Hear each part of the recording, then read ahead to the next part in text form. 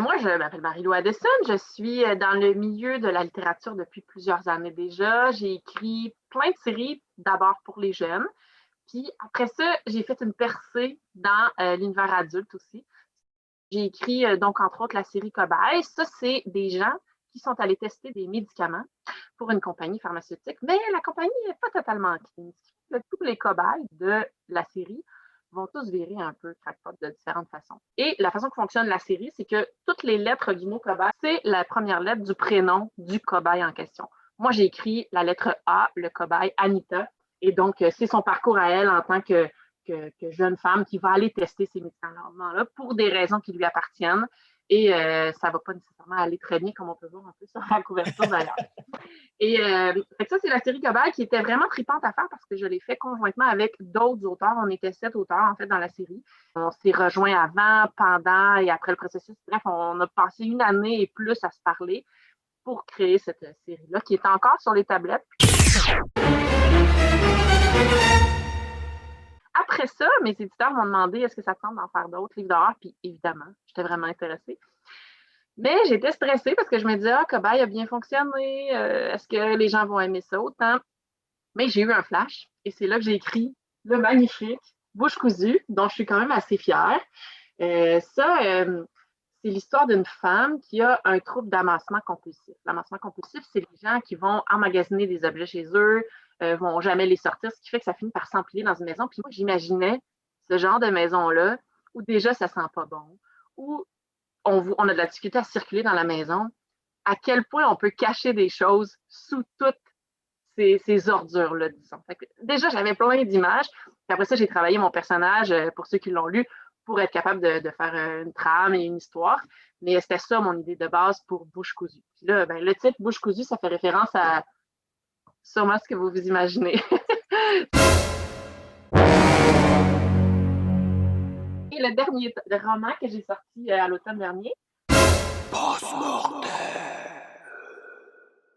celui-là, en fait, il y a eu quand même quelques années qui se sont écoulées entre les deux parce que pour la jeunesse, je dirais que les lecteurs et lectrices sont super conciliants, ils me permettent un peu tout. C'est très rare que je reçoive des commentaires négatifs dans la jeunesse. Puis dans l'adulte, j'ai eu quelques critiques négatives, j'en ai eu des positives aussi. Puis là, j'ai commencé à me mettre une certaine pression sur les épaules parce que je voyais que c'est pas le même milieu, c'est pas la même réceptivité. Puis j'avais peur de les décevoir parce qu'il y a beaucoup de gens qui ont aimé Bouche cousue, beaucoup de gens qui avaient aimé Cobaye. Puis je me disais, oh, s'ils aiment pas mon prochain, c'est fini ma carrière en tant qu'auteur pour adulte. Il faut vraiment que je performe. Donc, ça a pris du temps parce que j'avais déjà mon plan de fait, j'avais déjà mon idée à peu près de ce qui allait être mon histoire, mais j'arrivais pas à rentrer dedans parce qu'à chaque fois que j'écrivais, le stress embarquait beaucoup trop. Puis là, mon éditeur, mes éditrices m'ont poussé vraiment dans le dos en me disant là, il faut que tu le publies, puis il faut que tu l'écrives. Et finalement, je me suis bottée le derrière. Et j'ai écrit Post-Mortem, donc, qui est à la base, mon idée, c'était surtout de traiter de ces photos-là qu'on prenait au 18e siècle, des gens qui étaient déjà décédés pour garder un souvenir de ces gens-là. Sauf que ces photos-là, c'est des photos où les gens ont les yeux ouverts et ils ont l'air encore vivants. Fait que je me demandais de quelle façon ça peut traumatiser un esprit de nos jours, parce que l'histoire se passe aujourd'hui au présent. Quelqu'un qui tomberait sur un album avec ce genre de photographies-là, qui sont quand même assez impressionnantes. Là. Si vous faites une recherche Google, photo post-mortem, vous allez en trouver, c'est plutôt macabre. Mais c'est intéressant aussi comme sujet. Donc, voilà pour mes 3 romans pour adultes. À quoi ressemblent tes plans? C'est intéressant que tu me poses la question parce que j'ai vraiment différentes façons de fonctionner. Puis, tu sais, l'écriture, quand tu en fais un métier à temps plein, comme moi je fais, ça peut finir par se ressembler. T'sais. Puis, c'est une des raisons d'ailleurs pour laquelle je varie les genres et les publics parce que j'aime ça, pas avoir l'impression à chaque mois puis à chaque semaine de toujours faire la même chose. Fait que je veux pas écrire toujours des romans pour ados, je veux pas écrire toujours du jeunesse, je veux pas toujours écrire de l'horreur. Parce que moi, c'est du lundi au vendredi de 9 à 4. Fait que, à un moment donné, ça finit par OK, c'est lourd et c'est redondant. Donc, je ne fonctionne pas toujours de la même façon.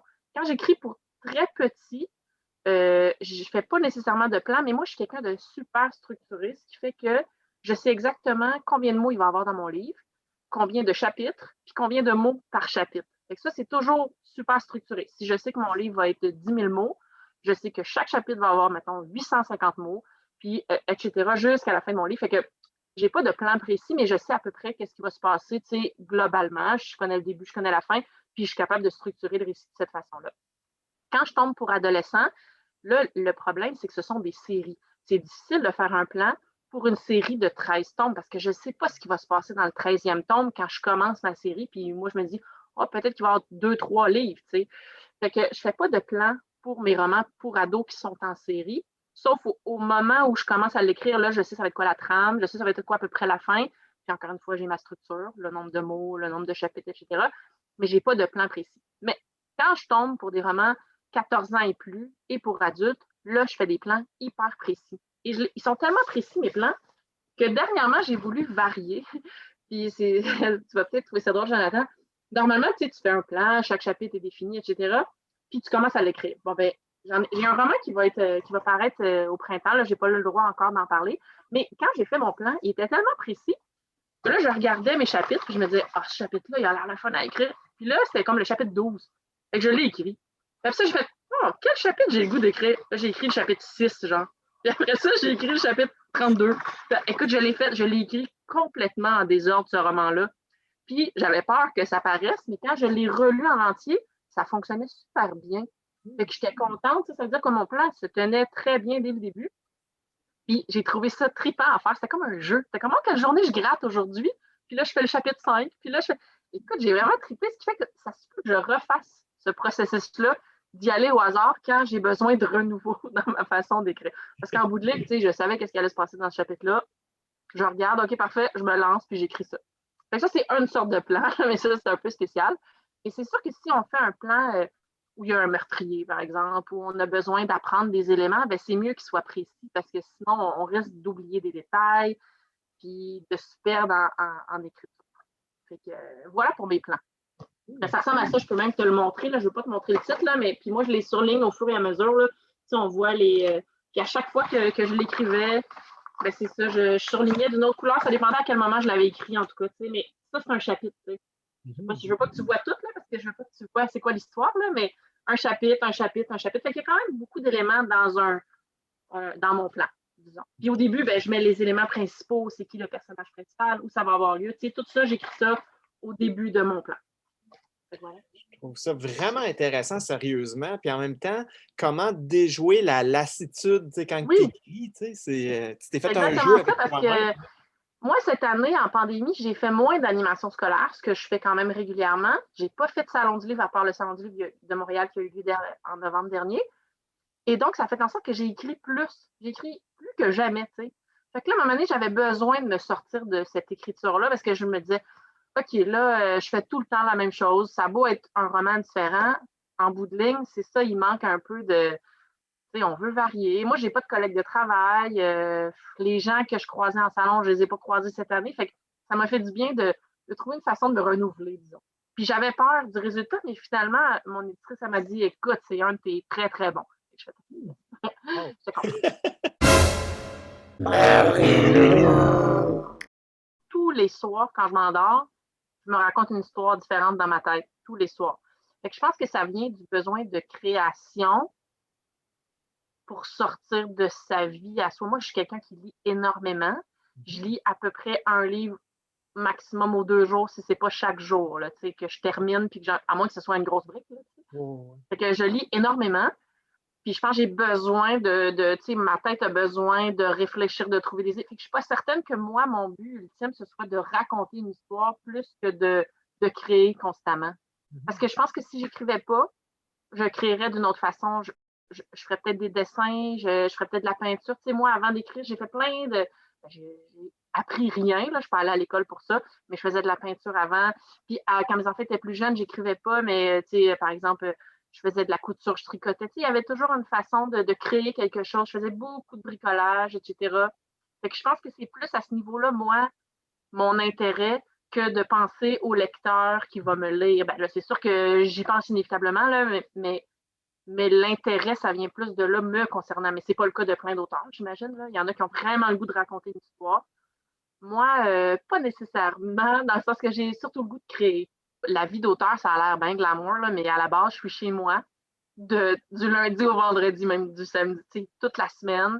Mes enfants partent à l'école, je suis toute seule à la maison. j'ai pas une vie exceptionnelle, là, tu sais. Fait que c'est sûr que quand je lis ou quand je crée, ben là, je me sors de mon quotidien. Je suis pas quelqu'un qui voyage beaucoup non plus, tu sais, mais je pense que c'est une façon de sortir de sa vie. Puis ça veut pas dire que ma vie est pas le fun, mais c'est une façon pour moi de le faire, Ouais, puis ouais. de me plaire là-dedans. Ouais.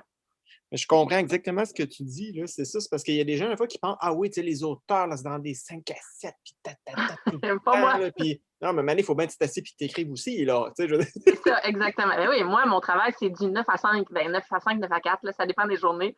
Tu sais, c'est très rigide, là, même comme cadre. Je sais qu'il y en a qui se disent, je faisais un voyage une fois avec une amie, puis elle me disait, oh, regarde ici les belles fleurs, installe-toi là, ça va te permettre de créer. Je dis, ben, moi, je peux être dans un garde-robe pour créer. Tu sais. J'ai pas besoin d'avoir ça, tu sais. Fait que elle a trouvé ça bien plate, ce que j'y répondais. Je dis, ouais, mais j'ai pas besoin de ça, là.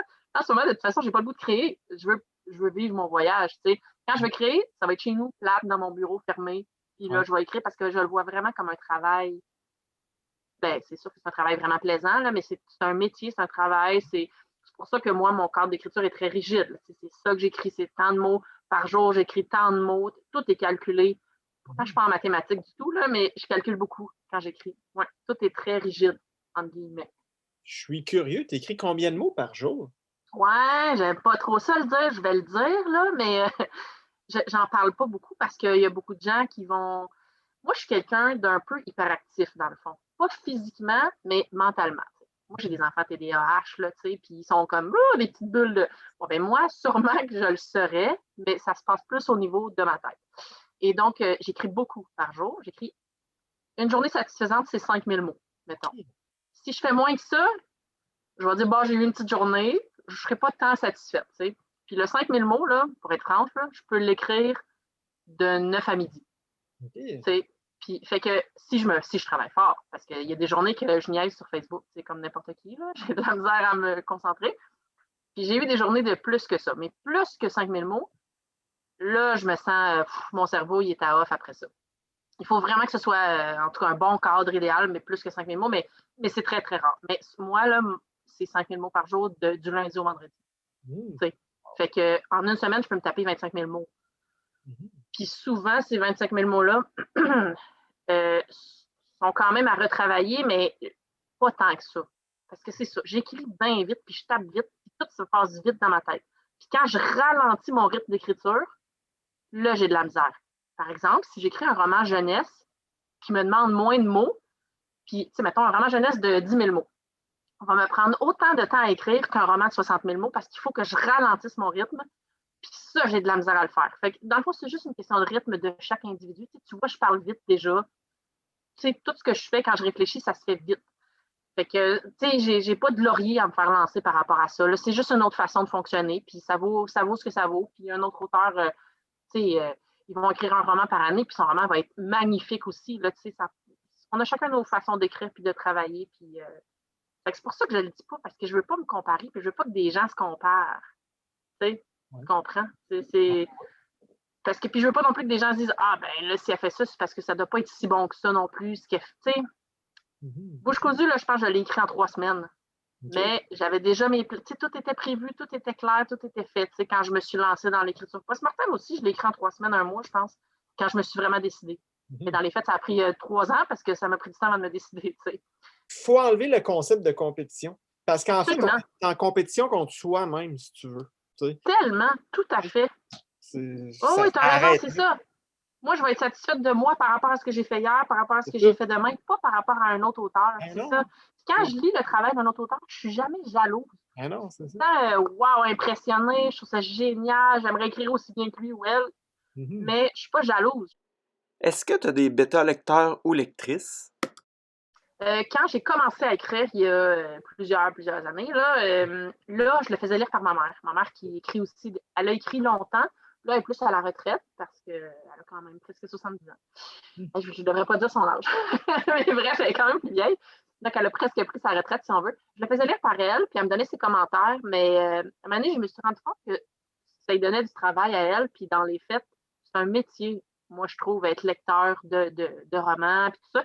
Fait que je me suis dit, hey, tu sais, elle fait ça sur ses temps libres pour me faire plaisir, mais tu sais, de toute façon, je commençais à prendre de l'assurance. Puis mes éditrices faisaient le même travail, fait que j'ai arrêté de lui envoyer mes textes. puis j'ai plus de non, j'en ai pas de bêta-lecteur. Est-ce que le fait que ta mère était auteure te faisait rêver à le devenir toi aussi? Ça va peut-être te surprendre, mais au contraire, je voulais pas faire ce métier-là parce que moi, je me souviens depuis mon enfance, là, ma mère, elle écrivait des livres, puis là, mes professeurs me disaient « Ah, toi, Marie-Lou, ta mère écrit des livres, donc tu vas être bonne en français, puis tu vas écrire de bons textes, puis là. » Ou encore, mes collègues de classe me disaient « Ah, ben toi, de toute façon, c'est ta mère qui t'écrit tes textes. » Tu sais, comme, je recevais tout le temps des commentaires lourds, là, par rapport à ça.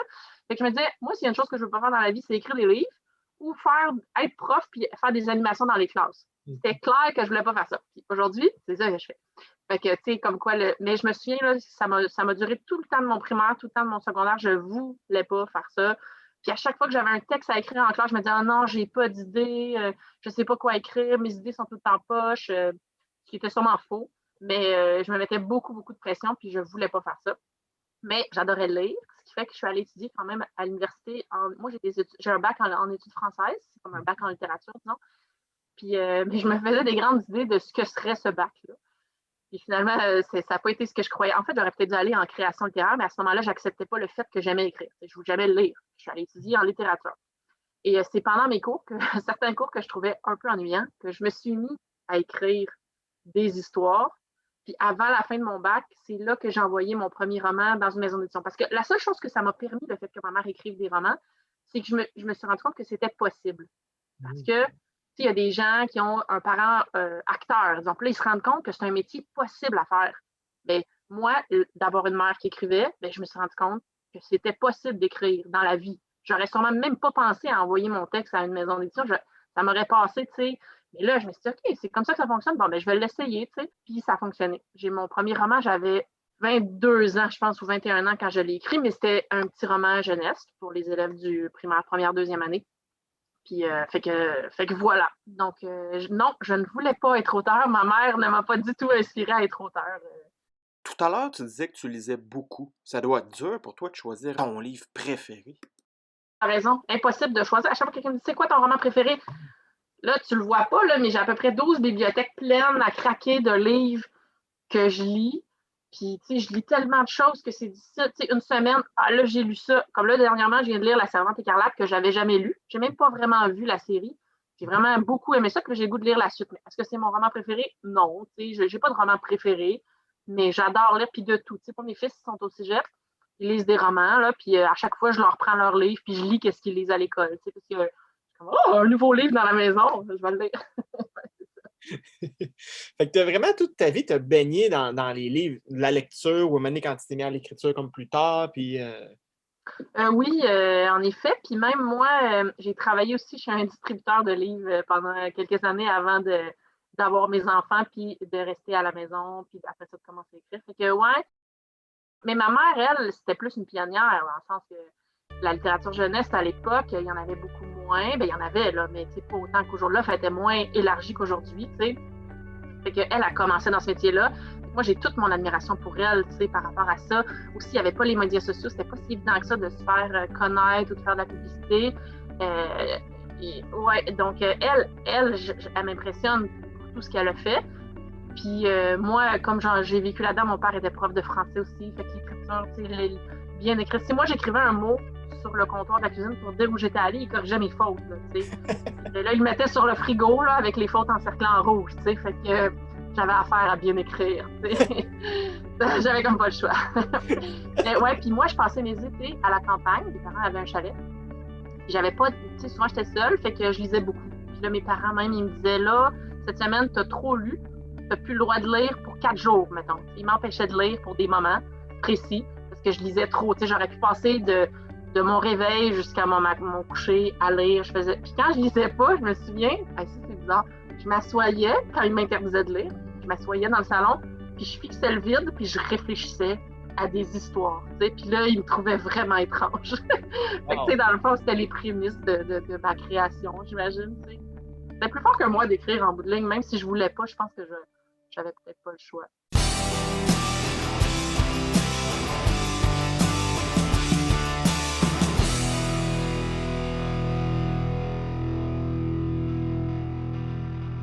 Des trucs pour aider des jeunes auteurs? J'ai écrit 100 pages, puis là, je ne sais plus comment continuer. Ils sont à la moitié du livre, tu sais.